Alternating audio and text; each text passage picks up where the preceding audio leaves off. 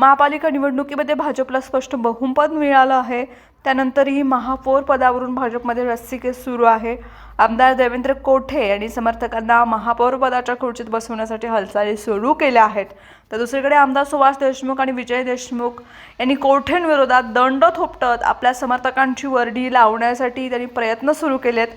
सोलापूर महापालिकेमध्ये भाजपच्या 87 जागा या आल्या आहेत, त्यामुळे भाजपचाच महापौर होणार आहे। महापौर पदासाठी भाजप आमदार कोठे गट विनायक कोंडाल यांच्यासाठी तर दोन्ही देशमुख डॉक्टर किरण विजयकुमार देशमुख यांच्या नावासाठी आग्रही आहेत। दोघांनाही आपल्याच घरातील माणूस खुर्चीवर बसवायचा आहे। भाजपने घराणेशाहीला विरोध केला तर विजय प्रधाने, अनंत जाधव, नरेंद्र काळे, रणजिता चाखोते यांचा विचार केला जाऊ शकतो। तर विष्णुपंत कोठे यांच्या काळापासून मनपावरती कोठे घराण्यांचं वर्चस्व आहे। आमदार कोठे यांनी ही परंपरा चालवायची असून त्यांच्या गटाच्या सर्वाधिक 41 नगरसेवक आहेत, त्यामुळे आम्ही सांगू तोच महापौर असा कोठे समर्थकांनी आग्रह धरलाय।